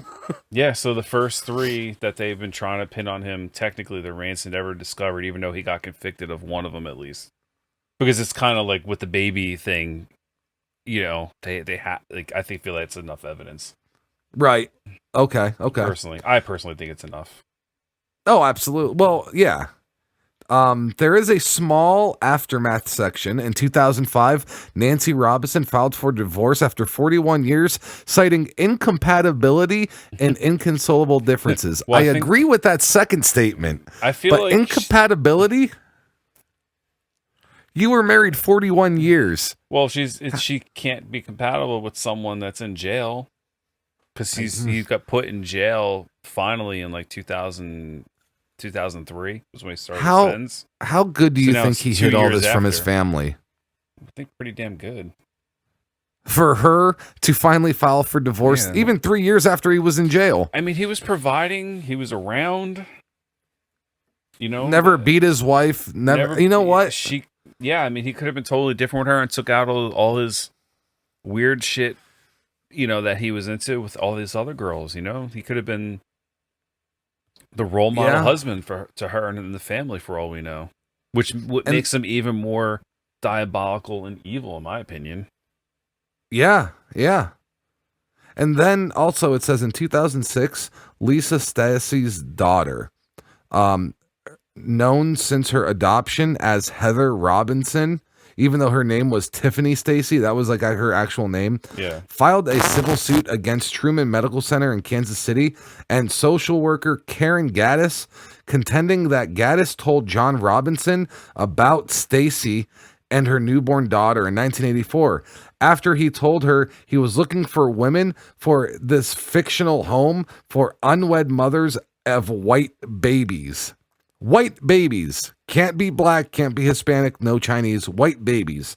In 2007, Heather Robinson and the hospital reached a settlement for an undisclosed sum, which Robinson said she would split with her biological grandmother, which is, you know, Lisa's mother, Patricia Sylvester. So she got back in contact with her actual family after all that was said and done. And I think that's pretty cool. But she obviously didn't disregard the family that raised her, because that is what she knows to be her family. You know? Yeah. I'm glad that had something of a happy ending. I didn't go into a lot of the ending stuff. I didn't. I don't know. Yeah, I don't know. I don't know what her. No, it's good. People might want to know what her relationship is with her, with the Robinson family still, even though they, you know, because they had nothing to do with it. Yeah, they were all victims. Everyone in this, except John Robinson, everybody was a fucking victim. Fuck this guy. Yeah. So in 2006, they found a body of a young woman found in a barrel in an area of a rural Iowa of Robson reportedly had a business partner. The identity of the victim, whose remains forensics experts say could have been there in the barrel for 20 plus years or more. No shit. I didn't even see that. Remains open to this day. They can't identify it. Well, 20 years in a barrel. I mean,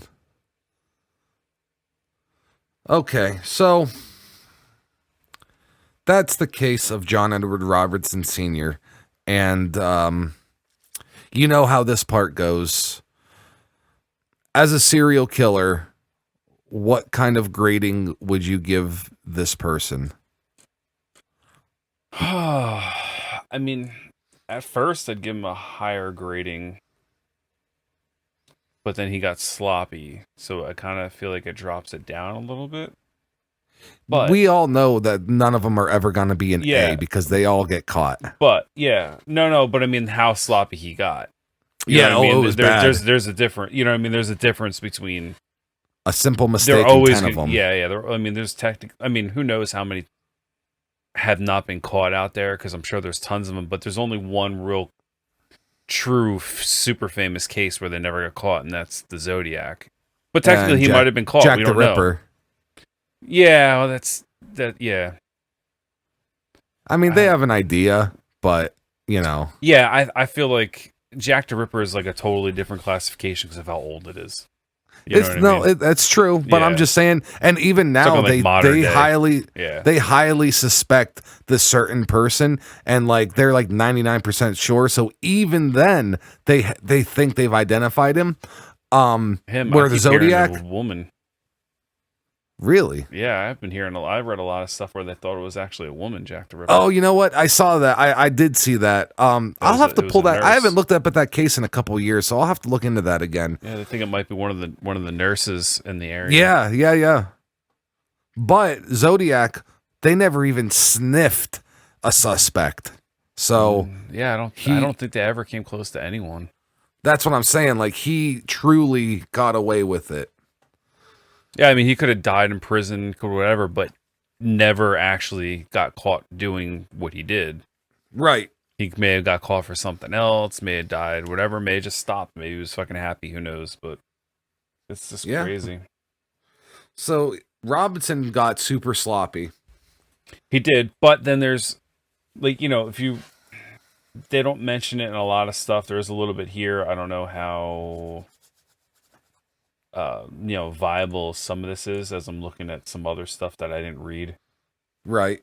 Who knows how many more people there were that he did get away with? Because I mean, they found that one barrel, but there could be more. You know, he has other properties with other business investors and all that con stuff that he set up. There could be stuff all over.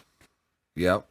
Obviously, there's technically, I mean, they found that one, so that might be one of the bodies, but there's still two other bodies unaccounted for that we know about. And then there's all the other ones. So I want to... I struggle with this one, but I'm going to give him... I think a 6.5. Okay. As a criminal, I give him a fucking 2. Yeah. I'm just serial killer. Yeah. But as a serial killer, I would put him in the 7 to 7.5 range. And I only say that because... it seems like 2 years of his life completely fucked him over on 25 years that he was getting away with. Yeah, those 2 years were so bad. Otherwise, I thought about giving him like almost an 8, maybe even a 7.5. You know, I thought about that, but those 2 years were just his rapid decline in those 2 years were so much. To get caught over fucking sex toys and like and bullshit. You know what I mean? The internet was his downfall. Yes, he did find victims. It was. He did find victims on the internet that he might have never been convicted of, and he did find victims online that were never considered missing persons. But if it wasn't for the internet, this man may have never been caught. I also drop him down more because he got too close with all these victims. If he would have just made them more random victims, I think he would have got away with it. You know what I mean? if he wasn't Yeah, giving them no. jobs and all this other stuff and them being linked to him, that's another Yep. reason why I dropped him down. Like, if they were just random people, I think he would have got away with this. But see, I think because of his sexual desire, that they couldn't just be like random homeless people, or you know what I mean? Like, No, what I mean is, like, he could have moved them in or whatever, but not Just- let them get the public view of them. You get what I'm saying? yeah, Like, he yeah, could have he made- should have pulled the yeah. trigger a lot quicker than what he did. Yeah, or just not gave them, like, said he was going to give him the job and stuff, but not actually give him one. You Yeah, know? like he kept Yeah. his word for like the most part. I mean, For some of them he did, or people found out about them, you know, or some Yeah. of them they did work for him for a brief amount of time. You know, as shitty as it is, like, you know, giving that baby up was a nice thing he did, but shitty. You know, if he just would have killed the baby, I don't know if he was that type of a person. It might have helped him get away with things a little more. but we already established Yeah. that many of the victims he killed for money. So he stood to make money off that baby. If he wasn't going to make yeah. anything off that baby, he Well- probably would have killed it. Well, they say that he picked her solely because of that baby. Right. I don't think he would have picked her otherwise. If she didn't have a kid, I don't think he would have picked her. Well, but there was a 19-year-old victim before her. So, Yes, no, but I'm just saying her specifically. He probably would have picked someone else. oh, right. I mean, Yeah, the yeah, option. yeah. God, who knows? Because she just fell in his lap because of his thing with the baby. You know what I mean? It was just, It was like a twofer for him. yeah. He's going to it's make like, oh, I can money, make money. and yeah. yeah. I just wonder how much he actually got from the kills, because his kills were just, he just hit them once or twice over the head and they died. It's not like he tortured them, you know, whatever. Like, I really think he was just killing for So greedy. greed and money, you know? Ending somebody's life was just a roadblock to getting a small amount, because it wasn't getting like $1 million to kill somebody. No. He was getting like $700 a month per check, maybe. Like, Like, who knows? damn, dude. I mean, some God. of the later ones, we don't, like, they don't go in. They seem to be more like, there are some in there that seem to be just kills, but even then, he had to get something from them, because I find it hard to believe he was just killing people. You know? Well, he was killing for money. I mean, that's what I feel. But like Suzette Troughton, you know what I mean? He didn't use her for any checks or anything. You know what I mean? Right. I think he had a relationship with her. She's another one. You know, like Isabella the Wicca, she lasted 2 years. I think they found out about some stuff. You know? Yeah. And then they, you know, they were killed, you know, because he wasn't making any money off them. But then again, I did read something where he might have been pimping them out also. A part of the sex contract. I But did I don't know see how that. believable that is. Yeah. Eh, I did see that, but I don't know how much of that I believe.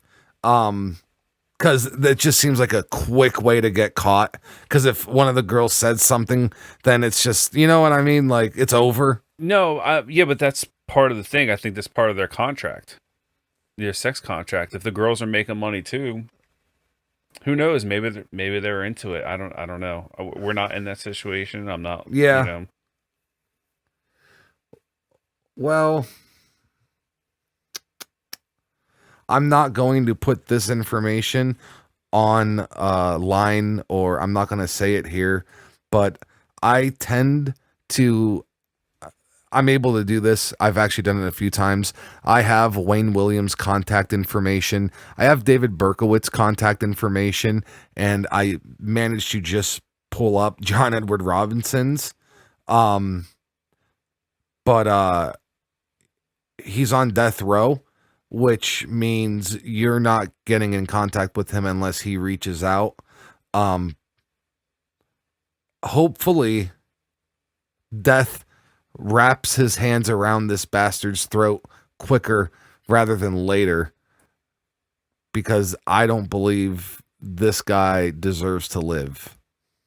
Yeah, I don't think he's saddened by these people being missing. Well, no, he still claims that he's innocent. I know, that's what I mean. I don't think I agree. I don't think he deserves to live either. Yeah, I'm sorry if that offends some people. Actually, I'm not really sorry, but you know what I mean. He's a monster. He is. He really is. And you put monsters down, so to speak. You know what I mean? They're not good for anyone. I get some people might still value the life, and that puts you down. But I just feel like people like that are a little naive to the world. This world is evil. It's scary. It's bad. It wasn't always like that, but in a lot of ways, it was. It's just it was. It's just so much. It's so much easier with technology to hear about everything now. That's the thing. Everyone thinks that the world's gone to shit like recently over the last few years. Information just gets out there more. Yeah. News channels cover.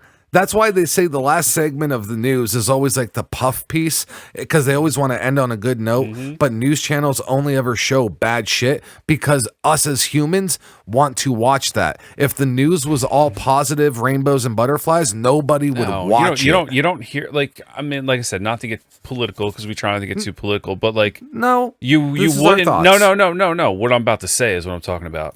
Right. What I'm like, you don't hear about, good people protecting people. All you hear about is the bad people doing bad stuff, because it doesn't sell. You know what I mean? Like crime, murder, unfortunately, sleaze, mass killings, sleaze, terrorists. That shit sells. People eat it up. Yep. It's fucked up. You never hear about the good in this world anymore. I think you used to back then, because news was a little, like you said, it was, you heard more over local the years. Stuff. You heard local stuff. Now it's so easy to get everything from far away. Yeah, but over the years, news channels have found what sells and what people want, and that's why they focus on it. After like the Jerry Springer, craze and all that kind of TV, TMZ, those fucking scumbags. TMZ people is such a scum. Oh, dude, yeah, I hate them. I hate them. I don't wish death on anybody, but that guy's an asshole. Yeah, but basically, I want to say this. People can take it how they will. You can call us hypocrites because you can say, oh, well, you say there's, everything's bad and people want to watch things that are evil and this, but you guys review horror movies. And let me explain something to you guys real quick if you feel like that. We can separate the difference between fiction and reality. So our interests when it comes to music, video games, movies, entertainment, we understand that the world isn't like that in the films or whatever we like to watch. And that's why we enjoy them, because it's not real. But when it comes to real life, we have no problem acknowledging that people have a tendency to go towards scum.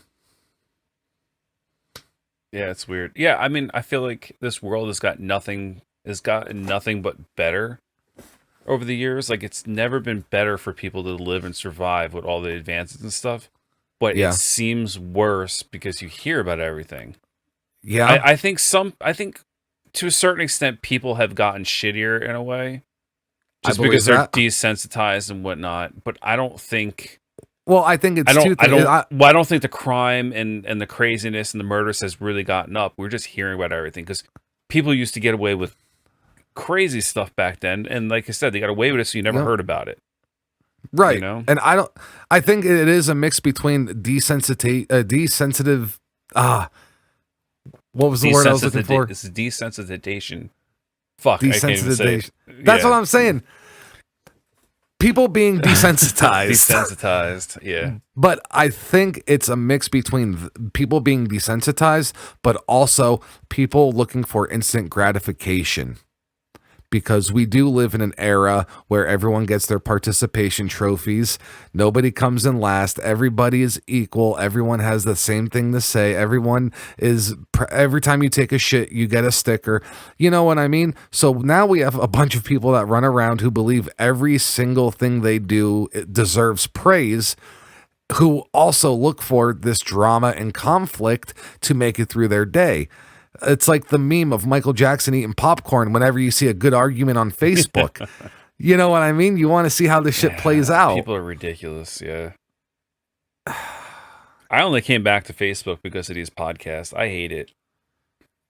Yeah, but I love our fans though. No, that's what I mean. I only came back because of this podcast. Like I can't do the Facebook thing. Like I can't deal with the drama. I don't want to deal with the drama. All the stupid people out there. But I love our fans. I want to deal with them. I want people to talk to us, and I'll talk to them. But the average person, I want nothing to do with them on a social media aspect. That's why I don't mind being an outsider. You know, like our friends are, you know, tattoo artists and musicians and people in roller derby. Like we are like the alternative crowd. And for like 95% of us, we're all decent, good people. Regardless of what the main public might think of us, we're good. It's the average douchebags who are ruining it for everyone else. Yeah. All right, so I guess that's pretty much our final thoughts. I have one last thing to say. Join our cult of the GrindHaus on 42nd Street. Give us all your money. We don't want all of it. But for $9.95 a month, you get the benefits. No, I'm kidding. Send us your money and your children. One or the other. Well, no, if you're sending us your kids, you better send us some money so that we can take care of those little bastards. No, but like, I think that pretty much covers it. I think we've ranted. That was all jokes aside. Yeah. Well, sometimes we have this is well known. Me and Wolfman talk for like an hour before we start recording. We talked for an hour and a half before we recorded this. We've actually been chatting for 3 hours right now. Yesterday, we didn't even record anything. We were just bullshitting on Discord, and we're like, you know what, let's go live. So we ended up talking for another 3 hours last night, and we didn't record a podcast or nothing like that. No. So when you guys hear us, a lot of it is just a conversation that, you know, two friends are having, and we want you guys to be our friends too. Yeah. So if you ever want to join in the conversation, leave comments, send us messages. You know, eventually we can even get you on the show. You know, I'll get you on the phone or record, you know, something. Yeah. Obviously, if they're still listening to this, they get it, because a lot of times we don't get into talking about our main topic for like 15 minutes or more into these things. Like, these are podcasts and chatting and loose. You know, we have our notes. We have other, we do watch videos. We do research. We take our notes. We put stuff in. Then we go over Wikipedia and all this other stuff where we get our stuff. But obviously, if you're still hearing this, you already go through those couple minutes. You know, if for some reason you're listening to this now and you skipped ahead, you know, try giving a listen to some of the stuff in the beginning if we don't get into it once in a while, or just skip ahead. I try to leave little notes, you know, on like YouTube or stuff, you know. I actually know a lot of people who enjoy the banter between it. Like, there's people out there who listen to us because of our connection, you know what I mean? Like our friendship, and they like to hear the other stuff we talk about besides, you know what I mean? And for those people, thank you. You're awesome too. Everyone's awesome that listens to us, whether they like our banter or not. I'm just going to say that. Yeah. And if you don't like the banter, you know, then you really it is what it is. Yeah, you don't really have to give us your money either. We just like that you come and get the clicks. Yeah, and that was all joking if you didn't understand. I mean, he was joking. You know. Let's I understand. Want all your paycheck. We want your government stimulus check now. Yeah, we're actually going to build a utopia where there's no media, no TMZ. All we do is watch old horror movies all day. It's going to be nice. Just us. We're the only media you get. Yeah. We're hey, at least we're not going to lie to you. Cult of the GrindHaus. Yeah. At least we're not going to lie to you. So if you're a good farmer, a welder, you know, you got juggler, got some traits or whatever, let's go build ourselves a utopia somewhere. Seriously, I will be your store-bought messiah. Self-plug. Self-plug. All right. Well, ladies and gentlemen, I am Gray. I'm Wolfman. And tune in next time for the next episode of GrindHaus, where we're going to be covering, I'm going to say it. Fuck it. Sneak peek. We're covering the Ice Cream Man. Clint Howard is the Ice Cream Man. That's how you're supposed to say it. I know. I got excited. Well, I didn't want them thinking we were going to do the Van Halen song, Ice Cream Man. Oh, I mean, it's nothing wrong with that. We can compare the song and the movie afterwards. We did compare you know, surf just ninjas. give him the whole show right now. Just give him the whole show right now. No secrets. We did compare surf ninjas and surf Nazis. To surf I mean, Nazis. come on. Well, those are a lot more similar. Yeah, if you though. haven't heard that, we compared surf ninjas to surf Nazis at the end of our Surf Nazis Must Die GrindHaus episode. Which was our last episode. And if you haven't heard that yet, go check it out.